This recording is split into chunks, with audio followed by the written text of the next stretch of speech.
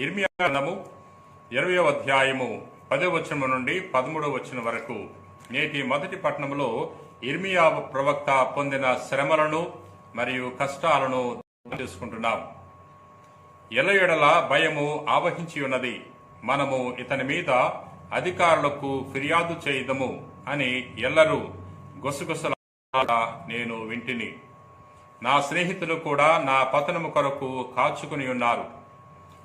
బహుశా ఇతడు మోసమునకు లొంగును, అప్పుడు మనము ఇతనిని పట్టుకొని పగ తీర్చుకుందామని అనుకొంచున్నారు. ప్రియా మిత్రులారా, దేవుడు ఇర్మియా ప్రవక్తను ఎన్నిక చేసి తన సందేశాన్ని ప్రజలకు అందించమని పంపి ఉన్నాడు. ఇర్మియా దేవుని యొక్క చిత్త ప్రకారముగా ప్రజల వద్దకు వెళ్లి ప్రజలకు దేవుని యొక్క సందేశాన్ని అందించి ఉన్నాడు. కానీ వారు దైవ సందేశాన్ని అంగీకరించలేదు, దైవ సందేశాన్ని తిరస్కరించారు. ఇర్మియా ప్రవక్తను కూడా తిరస్కరించారు.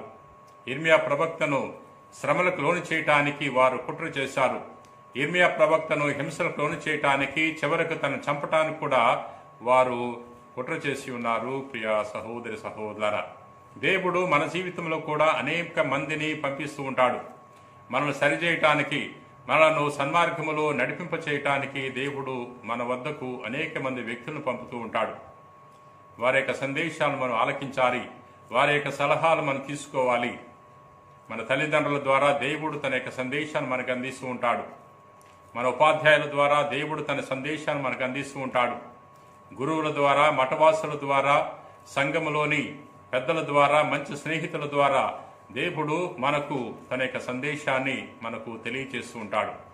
వారిచ్చే సందేశాలను ఆలకించడానికి, వారి సందేశాల ద్వారా దైవ చిత్తం ఏమిటో తెలుసుకోవటానికి మనము ప్రయత్నం చేయాలి. ప్రియమిత్రులారా, ఇక్కడ మనం చూస్తున్నాం, ఇర్మియా ప్రవక్త యొక్క స్నేహితులు కూడా తన వ్యతిరేకంగా కుట్ర చేశారని. మన స్నేహితులు నమ్ముకోవటం కంటే యావే దేవుని నమ్ముకోవటం మేలు. ప్రియా సహోదరి సహోదర, అందుకనే మనము పూర్వవేదంలో మనం చదువుకుంటున్నాం, నరులను నమ్మి నరుల మీద ఆధారపడేవాడు శాపగ్రస్తుడు అని యావే దేవుడు తెలియజేస్తున్నాడు. నన్ను నమ్మి నా మీద ఆధారపడేవాడు ధన్యుడు అనే విషయాన్ని తెలియజేస్తున్నాడు. మానవ మాత్రులు వారికి కష్టం వచ్చినప్పుడు మనలను వ్యతిరేకిస్తూ ఉంటారు. కొన్నిసార్లు వారి యొక్క స్వార్థం కోసం, స్వలాభం కోసం మనకు వ్యతిరేకమవుతూ ఉంటారు. ప్రియా మిత్రులారా, కాబట్టి మనము నరులను నమ్ముకోవటం కంటే దేవుని నమ్ముకోవటం ఎంతో ఉత్తమము అనే విషయాన్ని తెలుసుకోవాలి. ఇక్కడ ఇర్మియా ప్రవక్త దేవుని మీద భారం వేశాడు. ప్రజలందరూ కూడా ఇర్మియాకు వ్యతిరేకంగా కుట్ర చేస్తున్నారు. తన స్నేహితులు కూడా తనకు వ్యతిరేకమయ్యారు. అటువంటి సమయంలో తాను దేవునికి సమర్పించుకుంటున్నాడు, తన జీవితాన్ని సమర్పించుకుంటున్నాడు. దేవా, నీ పని చేయటానికి నేను ఇక్కడికి వచ్చాను, కానీ ప్రజలు వ్యతిరేకిస్తున్నారు, ప్రజలు నన్ను చంపాలని చూస్తున్నారు, కాబట్టి నీకే నా జీవితాన్ని సమర్పించుకుంటున్నాను అని తెలియజేస్తున్నాడు.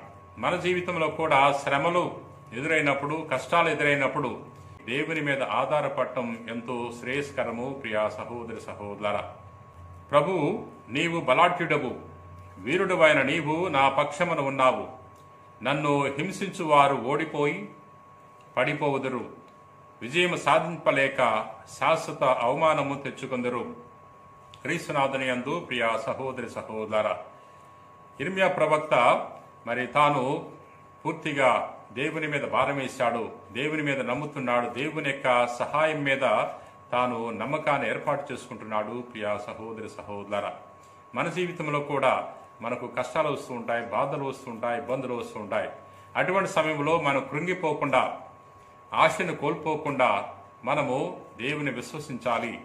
దేవుడు మన పక్షాన ఉండి పోరాడతాడని, మనం ఎదుర్కొనే శ్రమలను ఆయన తీసివేస్తాడని దేవుని మీద నమ్మకాన్ని ఏర్పాటు చేసుకున్నప్పుడు దేవుడు తప్పకుండా మన పక్షాన ఉండి మనను కాపాడుతాడు. ప్రియా మిత్రులారా, ఈరోజు మనం ధ్యానం చేసుకునే సువిశేషము యోహాను సువార్త 10వ అధ్యాయము 31వ వచనం నుండి 42వ వచనం వరకు. నేటి సువార్తలో యేసు ప్రభువు పొందుకున్న శ్రమలను, వ్యతిరేకతను గురించి చదువుకుంటున్నాం. యూదులు యేసును రాళ్లతో కొట్ట ప్రయత్నింపగా యేసు వారిని, తండ్రి యొద్ద నుండి మీకు అనేక సత్కార్యములు చూపితిని, వారిలో దేని కారణముగా నన్ను రాళ్లతో కొట్టుచున్నారు అని అడిగెను. అందుకు యూదులు, నీవు మనుషుడివై ఉండి దేవుడవని అనుచున్నావు, కావున దేవదూషణము చేసినందుకు నిన్ను రాళ్లతో కొట్టుచున్నాము, కానీ నీ సత్కార్యముల గురించి కాదు అని పలికిరి. ప్రియ సహోదరి సహోదరులారా, యేసు ప్రభు దేవుని కుమారుడు. యేసు ప్రభు గురించి అనేక మంది ప్రవక్తలు పూర్వవేదములో ప్రవచించారు. యూదులకు ఈ ప్రవచనాలన్నీ కూడా పరిచయమై, కానీ వారు ప్రభుని వ్యతిరేకిస్తున్నారు. ప్రభు గురించి వారు అర్థం చేసుకున్నారు. ప్రభు యొక్క బోధన వారు తిరస్కరిస్తున్నారు. ప్రియ సహోదరి సహోదరులారా, యేసు ప్రభు దేవుని కుమారుడు అని అంగీకరించట్లేదు. ఆయన చెప్పేదంతా కూడా దేవదూషణము అని పరిగణించి వ్యతిరేకిస్తున్నారు. ప్రభు తెలియజేస్తున్నాడు, నా బోధనను బట్టి మరియు నేను చేసే అద్భుతాలను బట్టి ఆయన మీరు తెలుసుకోండి, అవే సాక్ష్యము నేను దేవుని కుమారుడని అని ప్రభు తెలియచేసిన వారు మాత్రము ప్రభుని అంగీకరించట్లేదు. ప్రభుని కొట్టడానికి ప్రయత్నం చేస్తున్నారు. ప్రభుని శ్రమలకు లోను చేయటానికి వారు ప్రయత్నం చేసి ఉన్నారు. ప్రియ సహోదరి సహోదరులారా, ఎవరైతే ప్రభుని అంగీకరించారో వారందరూ కూడా రక్షణ పొందుకుంటున్నారు. ఎవరైతే ప్రభుని విశ్వసించారో వారందరూ కూడా రక్షణ పొందుకుంటున్నారు. ఎవరైతే ప్రభుని అంగీకరించరో విశ్వసించరో వారు రక్షణను కోల్పోతారు. ప్రియ సహోదరులారా, ఇక్కడ యూదుల కొరకు ప్రభు వచ్చాడు. ఒక యూదుడిగా జన్మించాడు. కానీ తన సొంత ప్రజలే ప్రభుని వ్యతిరేకించారు.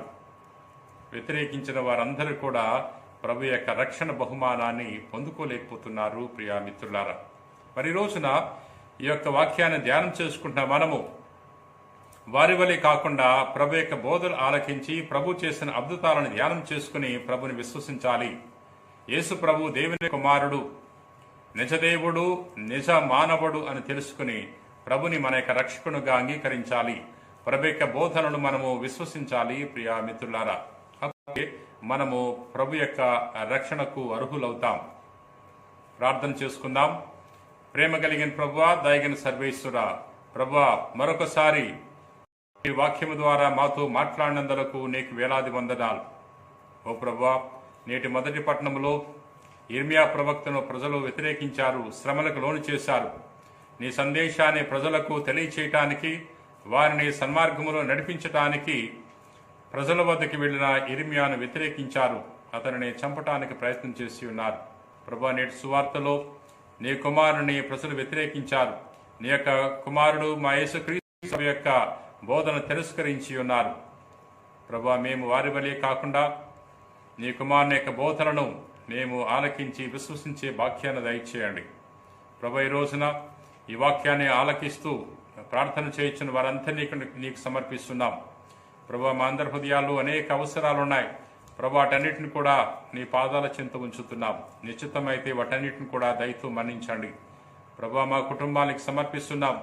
మా కుటుంబాలకు కావలసిన ఐకమత్యాన్ని, సఖ్యతను, సమాధానాన్ని, సంతోషాన్ని ప్రసాదించండి. ప్రభు, ఎవరెవరైతే అనారోగ్యంతో బాధపడుతున్నారో అటువంటి వారందరినీ కూడా తాకి స్వస్థపరచమని మా నాథుడైన క్రీస్తు ద్వారా ఈ మనవి చేయుచున్నాం తండ్రి. ఆమెన్.